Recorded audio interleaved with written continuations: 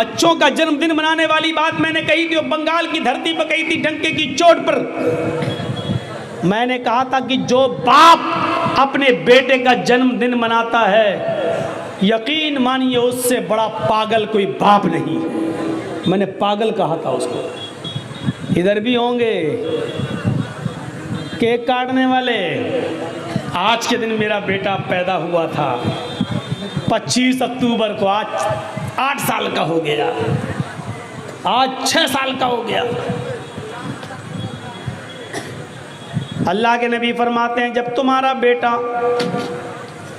जबान खोले तो उसको अल्लाह अल्लाह उसकी जबान से निकलवाओ, जब बोलने लगे तो उसको ला इलाहा इल्लल्लाह सिखलाओ, जब 7 साल का हो जाए तो उसको नमाज का हुक्म दो, उंगली पकड़ के मस्जिद में ले जाओ, कभी पढ़ेगा कभी नहीं पढ़ेगा। लेकिन 10 साल का जब हो जाए और नमाज ना पढ़े तो फजरिबूहुम, 10 साल के बाद तुम्हारी ड्यूटी हो जाती है कि मार मार कर उसको मस्जिद में ले जाओ। अब तुम्हारी जिम्मेदारी बन जाती है। अल्लाह के नबी ये नहीं कह रहे 6 साल का हो जाए तो ये मनाओ, 8 साल का हो जाए तो ये मनाओ, क्योंकि नबी ऐसे काम कराना चाहते हैं कि तुम्हारा बेटा जैसे जैसे बड़ा होता जाए तो जन्नत के करीब जाता जाए, जहन्नम के करीब न जाए। 7 साल का हो तो नमाज के लिए ले जाओ और 10 साल का हो तो मारो अगर नमाज न पढ़े।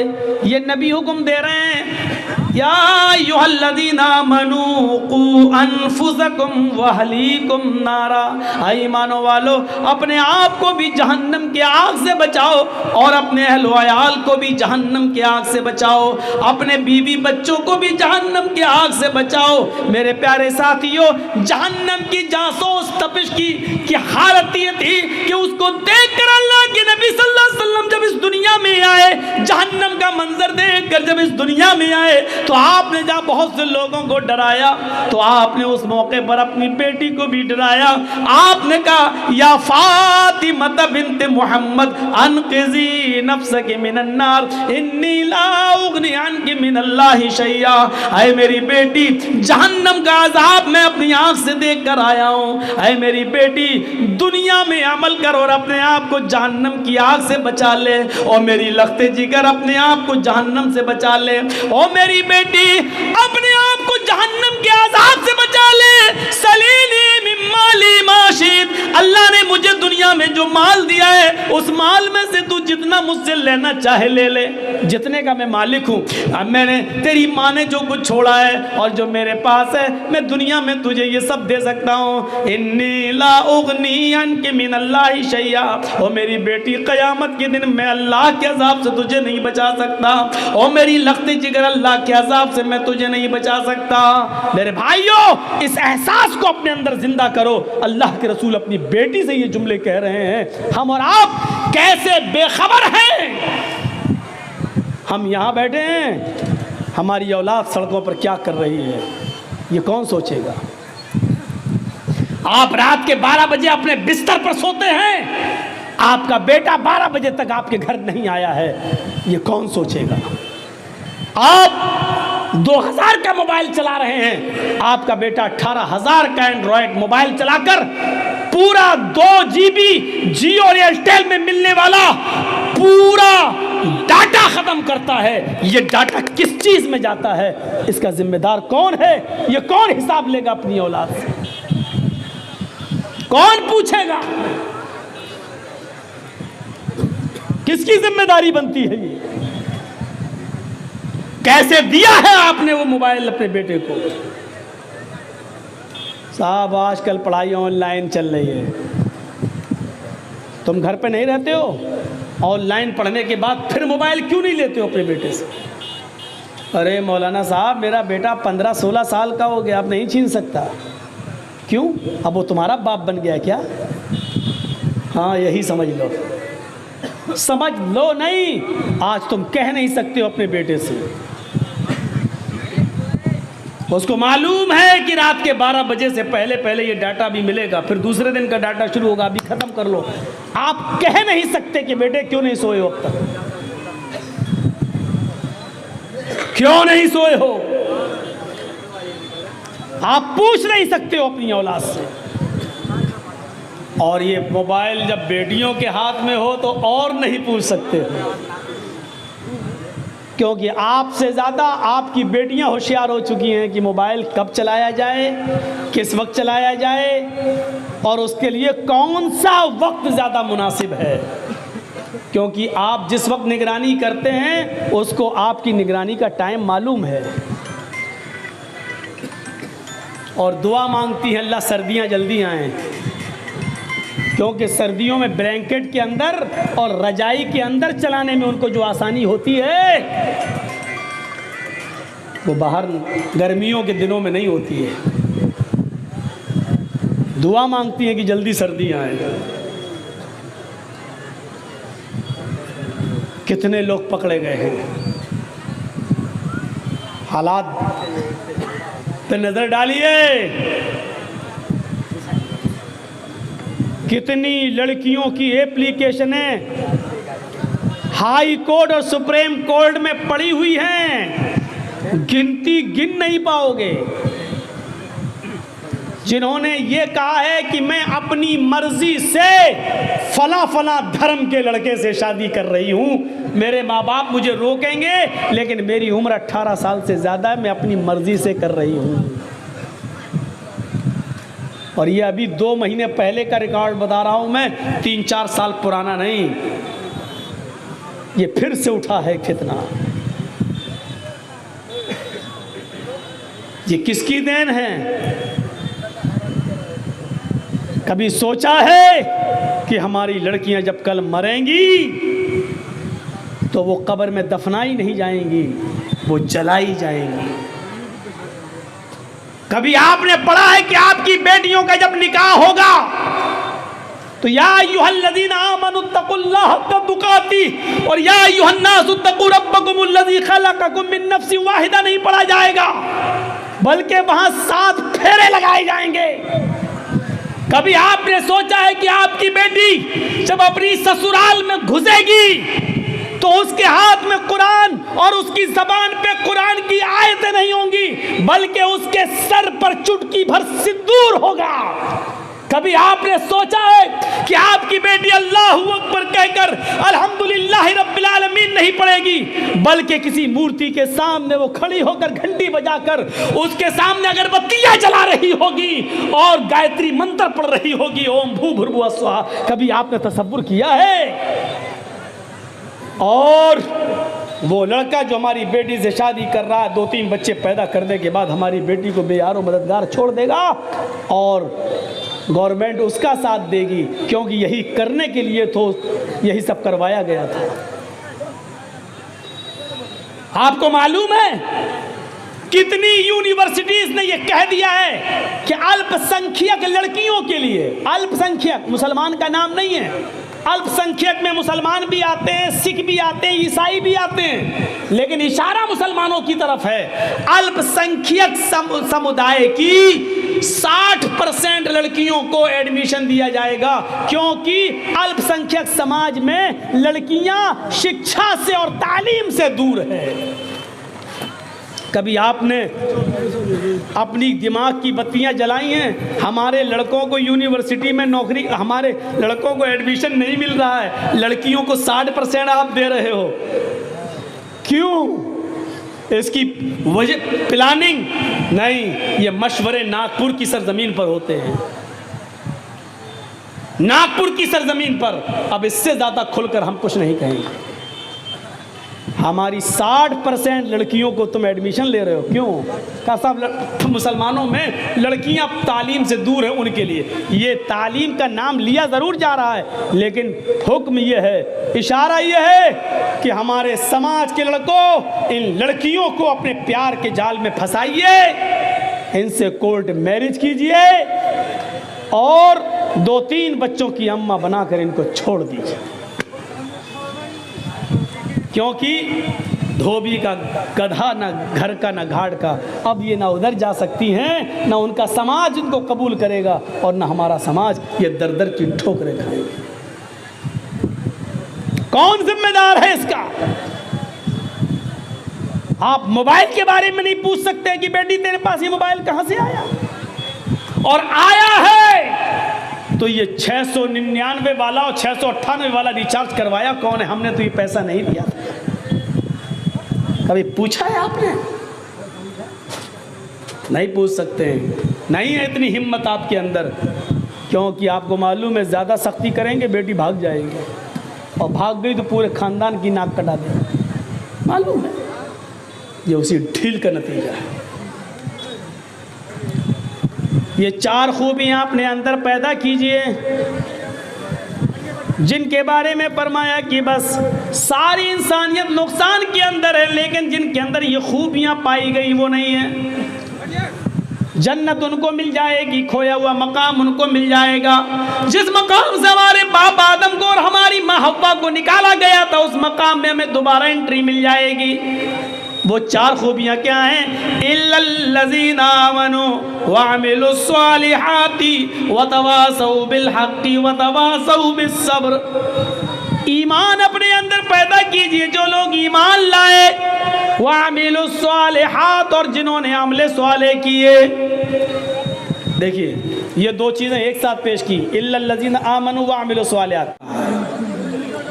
या यूं कह लीजिए मैं उसको झूठा समझ रहा हूं, पता नहीं देगा या नहीं देगा, तो वो अपने आप को सच्चा साबित करने के लिए कसम खाता है कि अल्लाह की कसम मैं आपको ज़रूर लौटा दूंगा। लेकिन अल्लाह को कसम खाने की ज़रूरत क्यों पड़ती है? लंबी बहस है, उस तरफ जाएंगे तो रात गुजरेगी। बस इतना इशारा कर देता हूँ कि अरब के अंदर कस्में खाने का बहुत रवाज था। अरब के अंदर कस्में खाने का बहुत रवाज था। वो बात बात पर कस्में खाते थे, और जब कसम खाकर कोई बात कही जाती थी तो उस बात का ज़्यादा एतबार करते थे। तो अल्लाह रब्बुल आलमीन ने भी कसम खाकर उनको एतबार दिला दिया। शॉर्टकट में मुख्तसर उसका जवाब यही है। अरबों के मिजाज को समझते हुए अल्लाह रब्बुल आलमीन ने कसम खाई। आया अरबों, बगैर कसम खाए कोई बात जब कही जाती है तो तुम उस बात का एतबार नहीं करते हो। कसम खाने के बाद जब कोई बात कही जाती है तो तुम उस बात का एतबार ज़्यादा करते हो, उस बात का यकीन ज़्यादा करते हो। अगर कसम खाकर जो बात कही जाए वो ज़्यादा मोतबर होती है, भरोसे के लायक होती है, तो मैं भी कसम खाकर तुम्हें एतबार दिलाता हूँ, यकीन दिलाता हूँ। ज़माने की कसम, इन्नल इंसान लफ़ी खुस्र, रुए ज़मीन के ऊपर जितनी भी इंसानियत को तुम देख रहे हो, ये सारी की सारी इंसानियत सर तापा, सर से लेकर पैरों तक नुकसान में डूबी हुई है। सब नुकसान के अंदर कसम खाकर एतबार दिलाया। अल्लाह ने कसम खाई। अल्लाह कसम क्यों खाता है उसका मुख्तसर जवाब दे दिया। अब सवाल पैदा होता है कि अल्लाह ने ज़माने की कसम क्यों खाई? अल्लाह रब्बुल आलमीन ने बहुत से मकामात पर बहुत सी चीज़ों की कसम खाई। कभी सूरज की कसम खाई, वश्शम्सी वज़ुहाहा, तो कभी चाश्त के नाश्ते के वक्त की कसम खाई, वज़ुहा, तो कभी रात के अंधेरे की कसम खाई, वल्लैली इज़ा सजा, कहीं उसने चांद की कसम खाई, वल्क़मरी इज़ा तलाहा, कहीं उसने फलों की कसम खाई, वत्तीनी वज़्ज़ैतून, कभी उसने फजर की नमाज के वक्त की कसम खाई, वल फज्र,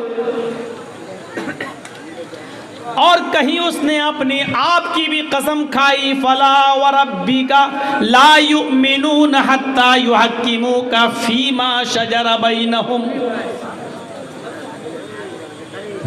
ये अल्लाह ने कसमें खाई हैं, लेकिन यहां उसने जमाने की कसम खाई। वल अस्र, जमाने की कसम। जब सारी दुनिया के इंसानों को उसने नुकसान में बताया तो उसके लिए जमाने की कसम खाई। और उसके पीछे भी एक रीज़न है। रीज़न क्या है? इंसान 1 दिन, 2 दिन, 3 दिन, 4 दिन, 5 दिन, 1 हफ्ता, 2 हफ्ता, 1 महीना, 2 महीना, 1 साल, 2 साल, जैसे जैसे गुजारता जाता है उसकी उम्र धीरे धीरे कम होती जाती है। इंसान को जब नुकसान में बताया तो उसका रीजन यही बताया कि सारी दुनिया के इंसान नुकसान में हैं। नुकसान में होने की वजह क्या है? पैसे वाले नहीं हैं, दौलत वाले नहीं हैं, नहीं हैं। 1 से 1 करोड़पति आदमी दुनिया में पड़ा है।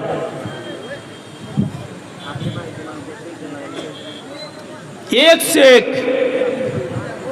बल्कि इस वक्त पूरी दुनियावी सतह पर अगर देखा जाए तो दुनिया का सबसे अमीर आदमी भी नंबर 1 पर कुवैत का एक पाकिस्तानी आदमी है,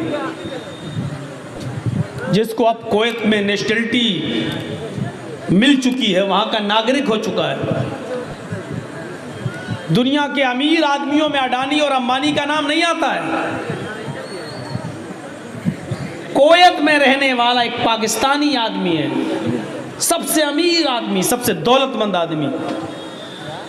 उसका अपना 1 दिन का पॉकेट खर्च, जिसको हम लोग बोलते हैं चाय खर्च, नाश्ता पानी, अपना, मेहमानों का नहीं, अपना, सिर्फ अपना जाती 1 दिन का 18 लाख रुपया इंडियन करेंसी है। 1 दिन का 18 लाख रुपया, 1 दिन का। इतने अमीर अमीर आदमी दुनिया में पड़े हैं, लेकिन इसके बावजूद अल्लाह ने कहा सब नुकसान में है। किस लिए? इसलिए कि 1 दिन, 2 दिन तुमने जो गुजार लिया, आज जो 25 अक्टूबर की शाम का ये जलसा आपके यहाँ प्रोग्राम जो मुनाकिद किया गया है, ये 25 अक्टूबर आज मेरी डायरी से कट जाएगी, इसलिए कि अब ये 25 अक्टूबर जर्जीस की ज़िंदगी में कभी दोबारा नहीं आएगी। अगर 25 अक्टूबर अगली साल आ भी गई तो 2021 नहीं आएगा, बल्कि वो 2022 होगा। यानी आइंदा साल अगर जिंदगी मिल गई और 25 अक्टूबर को अगर आपके सामने में आ गया तो अगली साल का मेरा आना चीख चीख कर इस बात का ऐलान करेगा कि जर्जी साहब आप अपनी जिंदगी का 1 साल कम कर चुके हैं। आपका यहाँ आइंदा साल जलसे में बैठना और सुनना इस बात की गवाही देगा कि आप भी अपनी जिंदगी का 1 साल कम कर चुके हैं। 2 साल पहले डेट दिया था, नहीं आ सका। 2 साल बाद आज आपके इस मैदान में आ रहा हूँ। मेरी जिंदगी और आपकी जिंदगी चीख चीख कर ये कह रही है कि 2 साल मैं भी अपनी जिंदगी के कम कर चुका हूँ और आप भी अपने 2 साल जिंदगी के कम कर चुके हैं। ये नुकसान बताया अल्लाह तबारक व तआला। वल अस्र इन्नल इंसान लफी खुस्र, ज़माने की कसम दुनिया की सारी इंसानियत नुकसान में। अल्लामा राज़ी ने बहुत अच्छा नक्शा खींचा। वो कहते हैं कि अल्लाह रब्बुल आलमीन ने ज़माने की कसम क्यों खाई, ये मेरी समझ में नहीं आ रहा था। 25 साल तक मैंने कुरान का मुताला किया, लेकिन मेरी समझ में यह नहीं आया कि अल्लाह रब्बुल आलमीन ने ज़माने की कसम क्यों खाई। और एक दिन कहते हैं कि अचानक मेरी समझ में आ गया। मैं फजर की नमाज़ पढ़ाने के बाद घर आया, कुरान की तिलावत करने लगा। सूरज जब निकल गया तो सूरज निकलने के बाद मैं घर से बाहर गया। मेरी बीवी ने कहा मार्केट से जाकर सब्जी अब्जी ख़रीद कर ले आओ। मैं बाज़ार गया, मैं मार्केट से सब्जी गोश्त वगैरह ख़रीदने गया। जब वापस लौट रहा था तो मैंने उसी दुकान को, उसी बाज़ार के अंदर एक बर्फ़ बेचने वाले को देखा जो बर्फ़ बेच रहा है। बर्फ़, कभी कभी आपने देखा होगा रोड पर बर्फ़ बिकता है, या आइसक्रीम नहीं, बर्फ़ की बड़ी बड़ी सिल्ली 2 किलो 1 किलो आदमी ख़रीदता है। 2 रुपये किलो, 5 रुपये किलो, 4 रुपये किलो ख़रीदता है ठंडा पानी करने के लिए। बर्फ़ बेचने वाला बर्फ़ बेच रहा है और उसने उसकी कीमत लगा रखी है 2 रुपये किलो, 2 रुपये किलो। इमाम राजी फरमाते हैं कि मैं अपने घर पे आया सब्जी लेकर। ज़ोहर की नमाज़ पढ़ने जब मैं मस्जिद में गया और नमाज़ पढ़ाकर जब वापस आ रहा था तो मैंने बर्फ़ बेचने वाले को देखा कि उसने बर्फ़ की कीमत कम कर दी। 2 रुपये किलो कोई नहीं ख़रीद रहा था, महंगे की वजह से उसने बर्फ़ की कीमत कम कर दी। 1 रुपये किलो, 1 रुपये किलो, 1 रुपये किलो। इमाम राजी फरमाते हैं कि मैं असर की नमाज़ पढ़ाकर जब वापस आ रहा था तो मैंने देखा बर्फ़ बेचने वाले ने उसकी कीमत और कम कर दी, 50 पैसे किलो, 50 पैसे किलो। मगरिब की नमाज़ पढ़ाकर जब मैं वापस आ रहा था तो मैंने बर्फ़ बेचने वाले को देखा कि उसने बर्फ़ की कीमत और कम कर दी, क्योंकि 50 पैसे किलो भी कोई ख़रीद नहीं रहा था। 25 पैसे किलो, 25 पैसे किलो। इशा की नमाज़ पढ़ाकर जब मैं वापस आ रहा था तो मैंने देखा कि बर्फ़ बेचने वाला चीख चीख कर ये कह रहा था कि लोगों मेरा बर्फ़ घुल जाएगा, पिघल जाएगा, बेकार हो जाएगा, तुमको 25 पैसे किलो भी नहीं लेना तो आओ, मेरा बर्फ़ ऐसे ही ले जाओ, अपने घर में ठंडा पानी करो और अपने बीवी बच्चों को पिला दो। कम से कम 2-4 दुआएं उनके मुंह से निकल जाएंगी। मैं फ्री में बर्फ़ दे रहा हूँ, फ्री में ले जाओ। इमाम राजी कहते हैं मैंने इशा के बाद खाना खाया और खाना खाने के बाद जब मैं बिस्तर पर सोने गया तो मेरी आदत थी सोने से पहले कुरान की तिलावत करना। मैं कुरान पढ़ने के लिए बैठ गया। कुरान पढ़ते पढ़ते फिर मैं इसी सूरत के ऊपर से गुजरने लगा। वल अस्र इन्नल इंसान लफी खुस्र इल्लल्लज़ीना आमनू व अमिलुस सालिहाति व तवासौ बिल हक़्क़ि व तवासौ बिस सब्र। इमाम राजी कहते हैं कि आज मेरी समझ में आ गया कि अल्लाह ने ज़माने की कसम क्यों खाई। इमाम राजी कहते हैं कि अल्लाह ने ज़माने की कसम इसलिए खाई कि जिस तरह बर्फ़ घुलता जाता है, बर्फ़ पिघलता जाता है, उसकी कीमत ऑटोमेटिक कम होती चली जाती है। बर्फ़ जैसे जैसे घुलता जा रहा, पिघलता जा रहा है। 2 रुपये किलो से 1 रुपये किलो, 1 रुपये किलो से 50 पैसे किलो, 50 पैसे किलो से 25 पैसे किलो, और फ़र्क वक्त आता है कि वो फ्री में ले जाओ। बर्फ़ घुलता जा रहा है, उसकी कीमत कम होती जा रही है, और बर्फ़ घुलता जाता है वो ख़त्म भी होता जाता है। बर्फ़ घुलता जा रहा है तो मिटता जा रहा है, ख़त्म होता जा रहा है, जैसे जैसे पिघलता जा रहा है ख़त्म होता जा रहा है। ऐसे ही इंसान की ज़िंदगी 1 दिन, 2 दिन, 4 दिन, 1 हफ्ता, 2 हफ्ता, 10 दिन, 20 दिन, 1 महीना, 2 महीना, जैसे जैसे वो गुजारता जा रहा है उसकी ज़िंदगी कम होती चली जा रही है। बर्फ़ की तरह इसकी ज़िंदगी खुल रही है। समझ गए? तो अल्लाह ने इसलिए ज़माने की कसम खाई है क्योंकि बर्फ़ घुलता जाता है, ज़माना भी 1 साल 2 साल होते होते हमारी उम्र को कम करता जाता है। अब सुनिए, जो बात मुझे कहनी है वो ये कि हमारी ज़िंदगी कम हो रही है, हकीकत में कम नहीं हो रही है। हकीकत में हम अपनी कब्र के करीब हो रहे हैं। ये सबको मालूम है कि हमारी मंजिल क्या है, सब जानते हैं ठिकाना क्या है, कब्र। आज से 10 साल पहले, 5 साल पहले, 2 साल पहले, 1 साल पहले किसी न किसी को तो आपने मिट्टी दी होगी, कब्र में दफन किया होगा। आज